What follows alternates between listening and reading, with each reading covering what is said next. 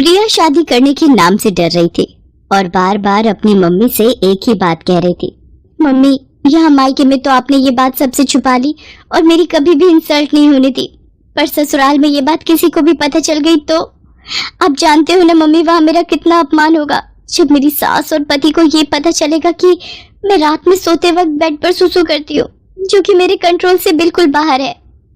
प्रिया बेटा, मैंने तेरी दवाइयाँ सूटकेस में रख दी हैं, तूने समय पर लेती रहना। तू घबरा मत, डॉक्टर ने भी तो यही बोला है ना कि तुम्हें तनाव बिल्कुल भी नहीं लेना है और रात को सोने से पहले सुसु करके सोना, तो तुम्हें ही परेशानी नहीं होगी। अपने खाने पीने का ध्यान रखना और सोते समय अपने मोबाइल में आधी रात का अलार्म भी लगा लेना, जैसे यहाँ लगाकर सोती हो। प्रिया उस वक्त माँ की बात को सुन लेती है, पर उसके मन में इस बात को लेकर बहुत डर और घबराहट पैदा हो रही थी। कुछ दिनों बाद प्रिया की शादी हो जाती है और वो अपने ससुराल आ जाती है।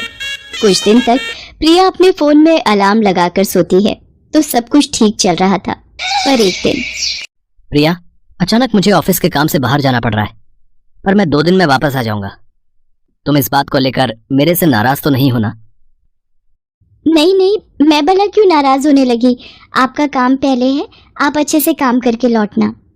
अरे रवि बेटा, तू चिंता क्यों करता है, मैं हूं ना बहू का ख्याल रखने के लिए, हम दोनों सास बहू खूब मजे करेंगे।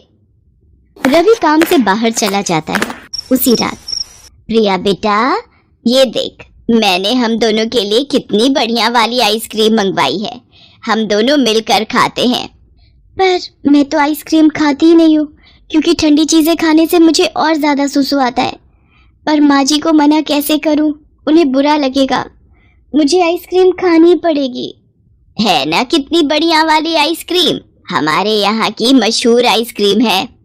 एक काम करो, जब तक रवि वापस नहीं लौटता हम दोनों सास बहू एक ही कमरे में सो जाती हैं। रात को सोते समय गप्पे मारेंगे।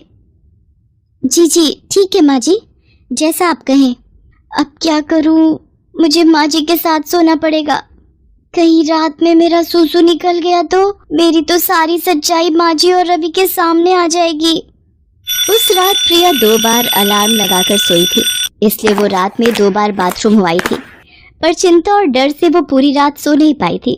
वो रात तो जैसे तैसे कट गई। अगली रात जब प्रिया अपनी सास के साथ सोई तो उसका फोन चार्ज नहीं था, इस वजह से उसकी बैटरी खत्म हो गई और फोन स्विच ऑफ हो गया। प्रिया गहरी नींद में थी तो उसे पता ही नहीं चला कि उसे रात में उठकर बाथरूम जाना है। अगली सुबह जब प्रिया सोकर उठती है उसका पूरा बिस्तर गीला था। घबराहट से उसके पसीने छूटने लगते हैं। प्रिया की सास ये सब देख लेती है और गुस्से में प्रिया पर चिल्ला पड़ती है। इतनी देर में रवि भी वापस आ जाता है। रवि बेटा, हम बेड पर सुसु करने वाली बहू ले आए हैं, मुझे तो सचमुच इसे अपनी बहू कहते हुए शर्म आ रही है। दुनियादारी और समाज में किसी को भी पता चल गया तो सब लोग हम पर हंसेंगे। अब मैं इसका क्या करूं, इसके माँ बाप ने भी हमसे इस बात को छुपाया और तो और इसने भी हमसे इतनी बड़ी बात छुपाई, मुझे तो कुछ समझ में नहीं आ रहा है। मैं तो कहती हूँ इसे अभी के अभी इसकी माँ के घर भेज दे। अब तू ही इससे बात कर। माँ, मैं ये बात जानता हूँ, मुझे पता है कि प्रिया को रात में बेड पर सुसु करने की आदत है। क्या तू ये बात जानता है और तूने ये बात मुझसे छुपाई? आते ही बीवी का गुलाम हो गया। रवि इस बारे में जानते थे पर उन्होंने मुझसे इस बात के बारे में पूछा भी नहीं और गुस्सा भी नहीं किया। पर रवि को ये बात कैसे पता चली? मैं तो रोजाना अलार्म लगाकर सोती हूँ। माँ, ये बात मुझे उस दिन पता चली जिस रात प्रिया बहुत गहरी नींद में थी। अलार्म मैंने ही बंद किया था। तब मैंने देखा प्रिया के आसपास बिस्तर गीला हो रहा था। मैं उसी वक्त समझ गया था।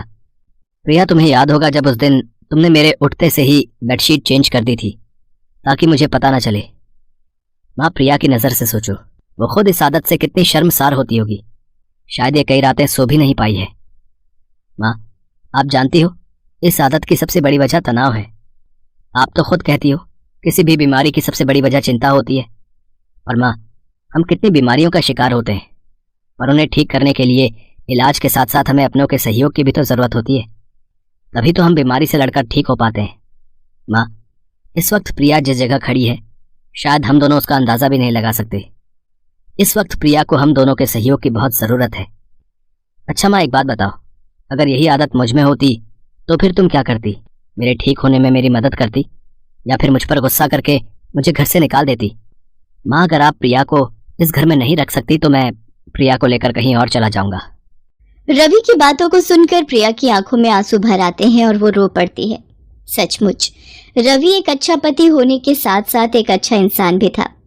मुझे माफ कर दे बेटा, तू ये घर छोड़कर चला जाएगा तो मैं किसके सहारे रहूंगी? मुझसे बहुत बड़ी गलती हो गई प्रिया बहू, मुझे माफ कर दो। मुझे तुम्हें समझना चाहिए था, न कि तुम्हारी कमी को ढूंढना चाहिए था। एक माँ होकर भी मैं तुम्हारी परेशानी को समझ नहीं पाई। नहीं माँ जी, आप मेरी माँ हो और माँ कभी अपने बच्चों से माफी नहीं मांगती। मैं सचमुच कितनी भाग्यशाली हूँ जो मुझे पति के रूप में रवि और माँ के रूप में आप मिले। प्रिया अपनी सास के गले लग जाती है।